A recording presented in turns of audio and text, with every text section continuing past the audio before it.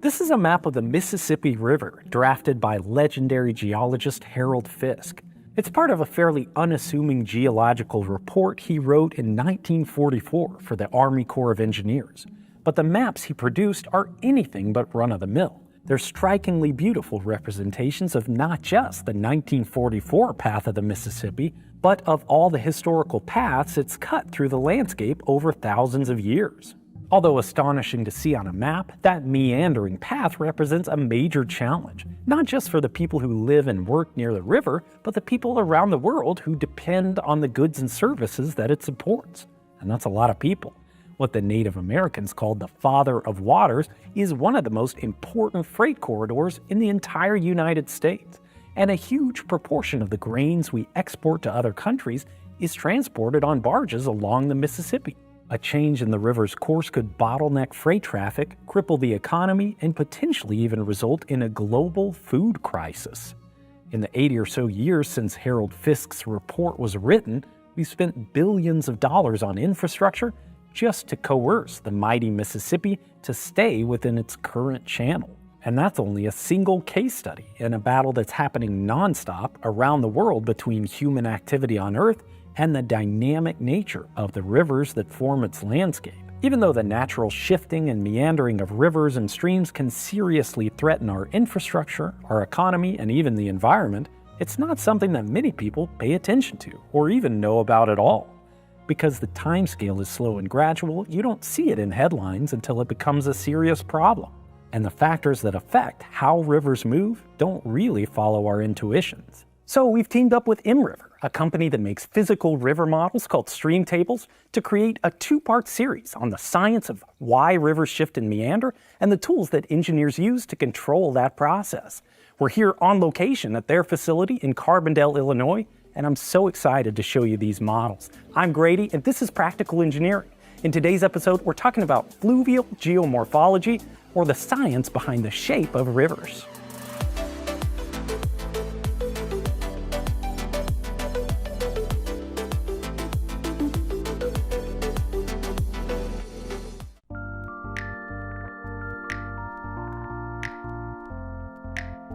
If someone asked you to engineer a channel for water to flow between two locations, what path would you choose? Probably a straight line between them, right? It's the simplest and most cost-effective choice, so why doesn't Mother Nature choose it? This river table is full of media that represents earthen materials like silt, sand, and gravel. Each particle size has a different color to make it easier to differentiate, and the online video compression algorithms love this stuff. Water flows in at the top of the table and out at the bottom so we can witness the actual physical processes that happen in real rivers. In the real world, this river system would be tens or hundreds of miles long, and what happens in this model over the course of a few hours might take hundreds or thousands of years as well. Let's create that straight path in the earth, connecting the inlet and outlet of the stream table, set the water flowing through it, and just see what happens.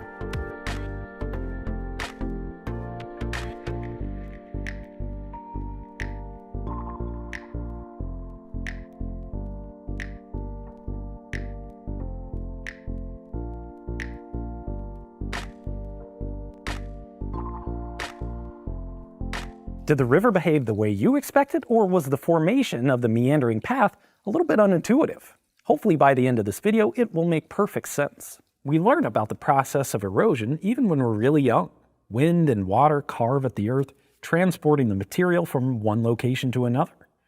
In most places, erosion happens so slowly that you could never watch it in action, like growing grass or drying paint. But take a look at a river and you immediately see erosion underway. All you have to do is dip below the surface of the water and look. We usually think of rivers as highways for water, but they also transport another material in enormous quantities: sediment. All that silt, sand, gravel, and rock that erodes from the earth cascades and concentrates in rivers and streams, where it's carried through valleys and eventually out to lakes and oceans. Because of their power to move rock and soil, the shape of Earth's landscape, the geomorphology, is hugely influenced by river systems. Maybe because the processes themselves happen so slowly, it took a long time for science to develop around how and why rivers change their paths through the landscape. But in the 1950s, a civil engineer and hydrologist by the name of Emory Lane quit his job at the U.S. Bureau of Reclamation to serve as a professor at Colorado State University. Through his time at the Bureau, he worked in hydraulic laboratories, studying the interactions between water, soil, and rock. By the time he accepted his appointment, he was well on the way to developing a unified theory of sediment transport. In 1955, he published his landmark equation that's still used today by engineers, geologists, and other professionals in the river sciences. And just like a lot of the most famous equations in history, it doesn't look too complicated. It says that in a stable stream, the flow of water multiplied by the slope of that stream is proportional to the flow of sediment in the stream multiplied by the size of that sediment. It seems simple, just 4 parameters. But, it's also a funny-looking equation with 0 context, so maybe you're not feeling like an expert just yet. But with the help of the stream table, I can show you the beauty of this relationship and how simple it makes predictions about how rivers will behave. Let's just look at some examples. Say that a large area is hit by a wildfire that burns all the trees and vegetation. Where before you had a lush and verdant landscape with plants, bushes, and trees to stabilize the soil, now it's mostly just bare earth. When it rains, the water that runs off the burned area erodes the unprotected landscape, washing more sediment into the river than it would have before the fire.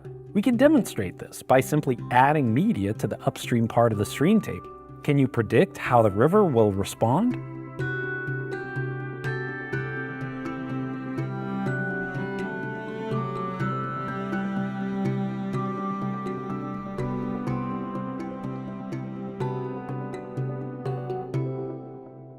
Let's look back at Lane's equation. We've increased the flow of sediment in the river, but we haven't changed any of the other variables. We didn't change the size of the sediment, we didn't change the flow in the river, and we didn't change its slope. That means the 2 sides are imbalanced. Lane's equation no longer holds true, and the river is out of equilibrium. In other words, this is no longer a stable channel. In fact, we can convert Lane's equation into a diagram to make this much simpler to understand. On one side of this balance is the sediment load, and on the other side is the volume of flow in the stream. Add more flow, and you can transport more sediment. Reduce the flow of water, and you reduce the flow of sediment accordingly. Pretty straightforward, right? But we still have to include the other 2 parameters, sediment size and stream slope. Now you can see how things get a little more complicated to keep in balance. Any disturbance to any of these 4 parameters causes the scale to get out of balance, affecting the stream's equilibrium. When that happens, you have short-term consequences and long-term ones too. For the wildfire example, where we increase the sediment load in the stream, the top of the balance swings left toward deposition. There's not enough water to keep the sediment in suspension, so it's going to deposit within the bed of the river like we're seeing here in the model. The flow in this example just can't hold all the sediment we're washing into it, so it accumulates in the bed and banks of the channel over time. Here's another example of a natural disruption to a river system that's easier to demonstrate in the flume. Beavers build a small dam across the channel, creating a pond that slows down the flow. As the velocity of the stream reduces, heavier sediment settles out. That means the water below the beaver dam only carries the fine particles of silt and clay downstream. You can see the lighter white particles being carried away while the darker, heavier ones get caught behind the dam. Let's take a look at Lane's balance to predict what will happen to the stream. When we reduce the size of the sediment load in the river, it shifts the left side of the balance inward, and again we lose our equilibrium. But this time, instead of deposition, we can expect the stream to erode downstream. And downstream of a dam, human or beaver-made, is a common place to find erosion occurring. Let's look at one more example of a natural disturbance to a river: changes in the flow. After all, rivers rarely carry a constant volume of water.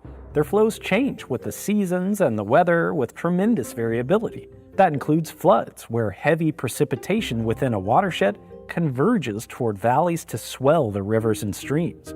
We can simulate a flood in our model channel just by turning up the flow. And hopefully at least this parameter matches your intuitions. You can easily see the sediment being carried downstream by the increased flow of water. The banks of the river erode and the material is carried away by the flood.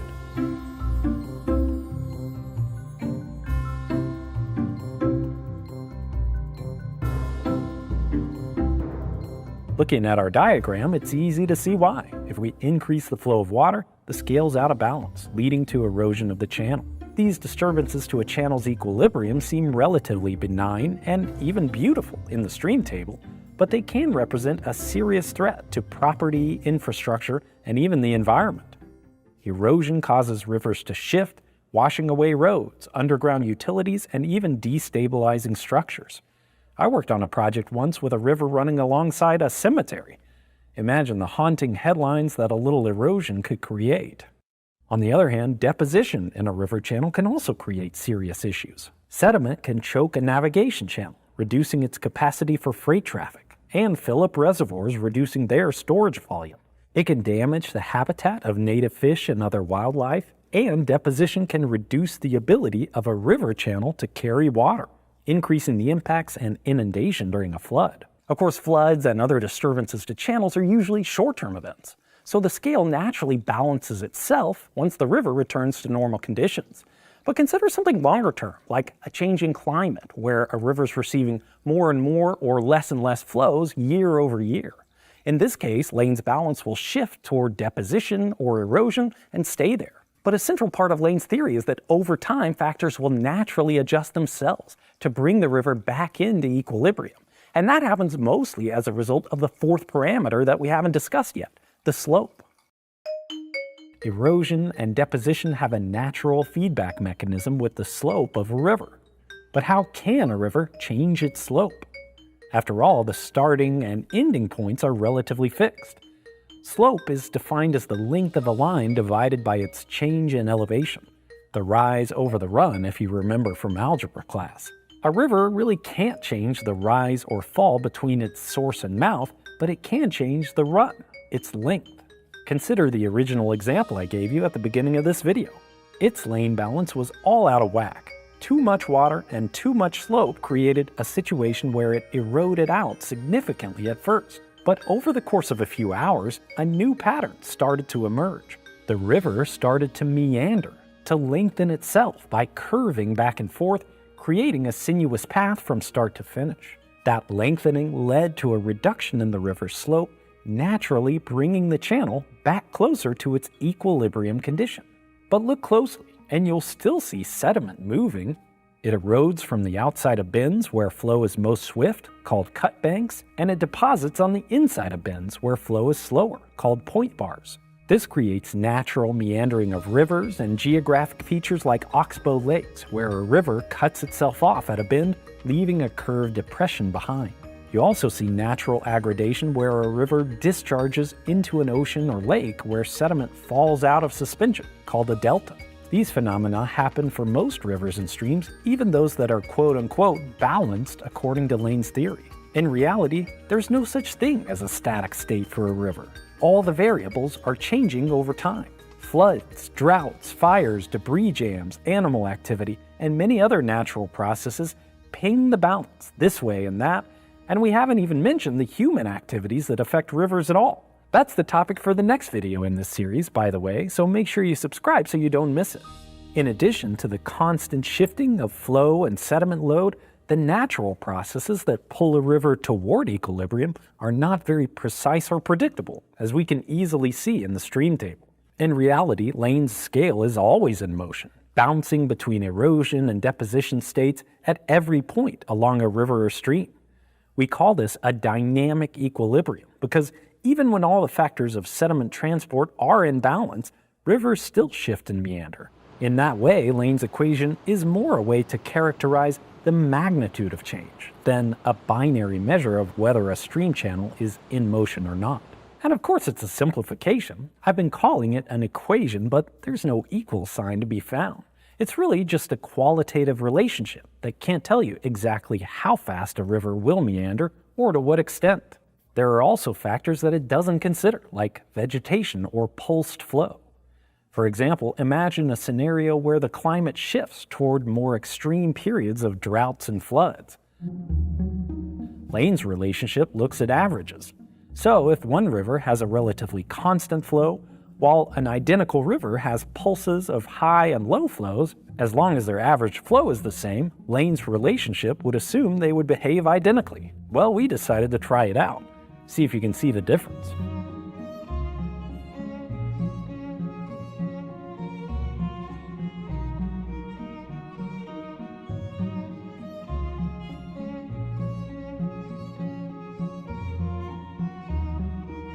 Even if Lane would predict similar behavior between the two models, it's easy to see that the pulsed flow model experiences much more erosion and faster movements of the channel.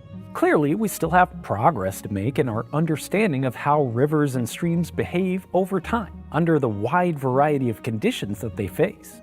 From the tiniest urban drainage ditches to the mighty Mississippi, rivers and streams have enormous consequences for humans. And like pretty much everything else in life, rivers are complicated. Even when all those conditions are perfectly balanced, they never stop moving and changing. One of the cool things I learned while I was at MRiver is that they make not only the stream tables and flumes, but also the electronic equipment used to control and meter the flow of water through the systems. And it seems like everywhere I look, people and businesses that have nothing to do with electronics are having to learn how to incorporate them into their careers and industries. Even for this lowly civil engineer, a bunch of the demos I make for the channel involve circuits or electronics. Today's sponsor, Keysight, makes electronic test equipment and software, but they actually do a lot more than that. They are super involved in helping people of all experiences and skill levels learn more about electronics. Hopefully you've seen them sponsor other engineering YouTubers like my friend Mehdi's channel, Electroboom. But another way they help the community is through their virtual events called Live from the Lab, where Keysight experts share their experience with anyone who wants to learn more. Plus, they're giving away a lot of cool equipment, including this pro-grade 8-channel oscilloscope. And if you sign up using the link below, you'll get an extra entry into the giveaway. It's totally free. If you've ever tried to go deeper than surface-level engineering in a new topic, you know how valuable it can be to learn from an expert. This is that opportunity. And you gotta sign up quick because the first event is on March 14th. Whether you're an expert already or an electronics newbie, this live stream I really think is something you don't want to miss. Again, that link is in the description. Sign up quick. Thank you for watching and let me know what you think.